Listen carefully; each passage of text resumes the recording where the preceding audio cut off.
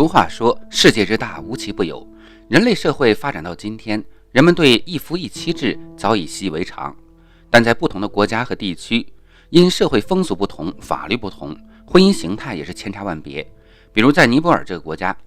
大多数民众都接受或者认可一妻多夫制，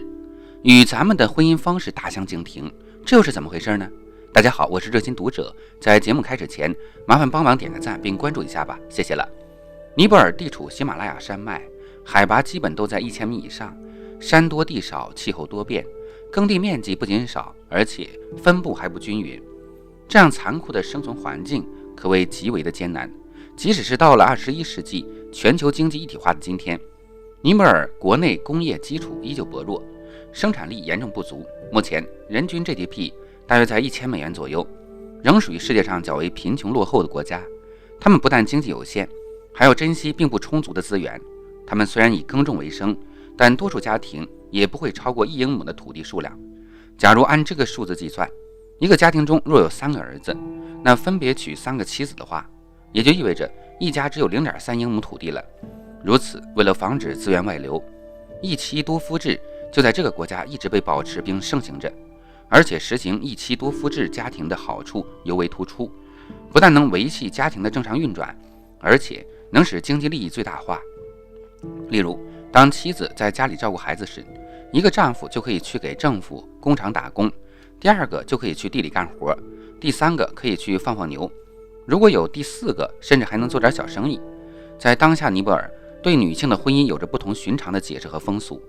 尼泊尔出生的女性一辈子都会有3段婚姻。第一段婚姻是女性还是3、5岁女童的时候，正对世界懵懵懂懂，即将进入青春期的这个时间段。在尼泊尔，大多数人都认为传统的婚姻是短暂的、虚妄的，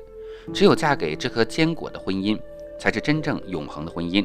这颗坚果并不是普通的坚果，都寄托着永恒的祝福的贝尔果。这样的一颗坚果让他们不再因为没有人爱他们而难过，因为他们已经受到了神的庇护与祝福。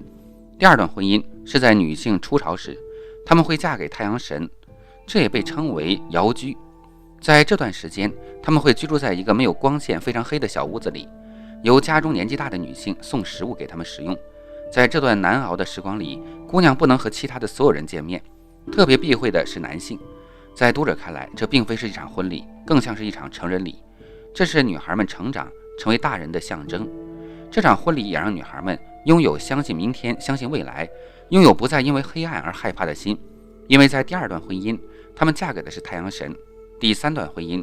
这时候的女性已经满足可以出嫁的条件的时候了。这样的一段婚姻被尼泊尔人说为短暂的、虚妄的。这段婚姻甚至没有前2次的婚姻盛大，但也是需要双方父母的首肯的。这段婚姻也是传统的婚姻，一些女性会和一个家族中的长子结婚，她会成为这个家族中唯一的夫人，也会是这个家族中几个男性的共同妻子。或许在有些人的思维里，会误以为在一妻多夫的家庭里，这名女性肯定是一家之主，只要嫁过去就能养尊处优、发号施令，一朝嫁入门，此后是女王，那就大错特错了。通常来说，这个家庭里的大哥才是真正一家之主，由他主持和负责整个家庭的所有大小事务。只要是在这个家出生的小孩，长大以后都管大哥叫爸爸，其他兄弟们则称为叔叔。而在咱们眼里，所谓的亲生、绿帽等这些概念，人家压根就不在乎。当然，女主人与每个丈夫的生活相处也是个大问题，毕竟僧多粥少，如果只偏爱某一个丈夫，必定会引起其他丈夫的不满，或者说吃醋。因此，女主人在一些家庭事务上就必须拥有一定的自主权。比如同房，如果晚上她想宠幸哪个丈夫，就会在自己独立居住的房间门口挂上那个丈夫的心爱信物，其他丈夫自然也就明白了，十分知趣的不会去打扰。还有就是生孩子的问题，通常来说，这里的风俗就是女主人要为每个丈夫生一个孩子，以此保证血脉的延续，而这个决定权在女主人手里，由她宣告指定这个小孩的亲生父亲是谁。前面提到的所有小孩，管家里大哥叫爸爸，只是因为国家法律层面上需要的称呼，这与他们观念上道德伦理的关系并不冲突。不过，既然大哥负责家庭的主要事务，那女性在其中扮演什么样的角色呢？是不是没有什么地位呢？这也不是的。读者以2个故事为例，第一个故事是来自善木斯堂地区的一个一妻多夫家，这个家庭是2个儿子共娶1位妻子，妻子长得很漂亮，受过良好的教育，能说流利的尼泊尔语，是村里的夜校老师。两兄弟，年长的是一位牧民，年轻的是传统的草药医生。对于同时嫁给2位丈夫，这位妻子表示，在婚前就做好了心理准备，因为一妻多夫制是当地的社会文化，无法避免，她也不反感。她也表示，这种特殊婚姻制度提高女性的社会地位。她对待2位丈夫一视同仁，但通常2位丈夫不会同时在家。这个一妻多夫制的家庭关系很和睦，其中离不开妻子的家庭关系处理能力，她很能干。第二个故事同样是来自上木斯堂地区，但是这个妻子在家庭中的作用就很弱，她管不了家庭事务，也没有什么社会地位。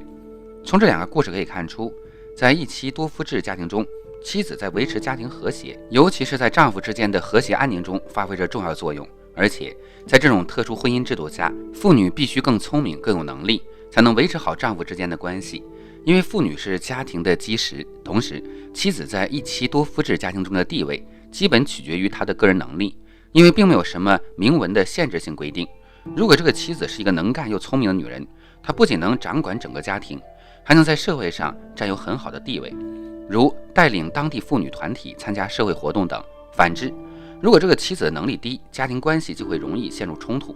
更不用说取得较好的社会地位了。当然，与一夫一妻制一样，一妻多夫制婚姻制度同样会面临矛盾，而且矛盾还会更多。矛盾的重要根源通常是个人心理和个人利益的冲突，除了丈夫们在夫妻关系中存在的一定的竞争性，还有就是男女年龄相差很大。这主要是因为婚姻是在大哥准备结婚时开始的，而兄弟之间相差10岁的情况并不少见，这就会导致妻子与最小的弟弟之间的年龄相差大。在这种情况下，年纪小的可能就会嫌弃女人是黄脸婆，年纪大的可能就早早归西了。这怎么办呢？其实并没有特别好的办法来解决。如果弟弟不满意了，可以搬出去住，另立新家。但是很多人并不会这样做，因为当弟弟们都选择离开家庭独自生活时，会发现在有限的资源和经济条件下，他们离开家庭将难以生存。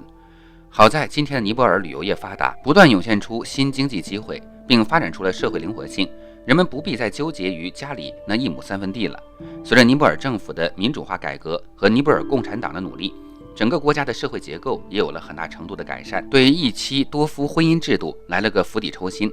今天尼泊尔的加德满都灯红酒绿，已经有了一个国家首都该有的样子，象征的尼泊尔已经有了一个现代国家该有的样子。因此在加德满都的霓虹灯中，尼泊尔的一妻多夫制正在下一代中慢慢消失。不知道你们是怎么看待尼泊尔的一妻多夫制的？欢迎大家在下方留言，如果喜欢的就帮忙点个赞吧。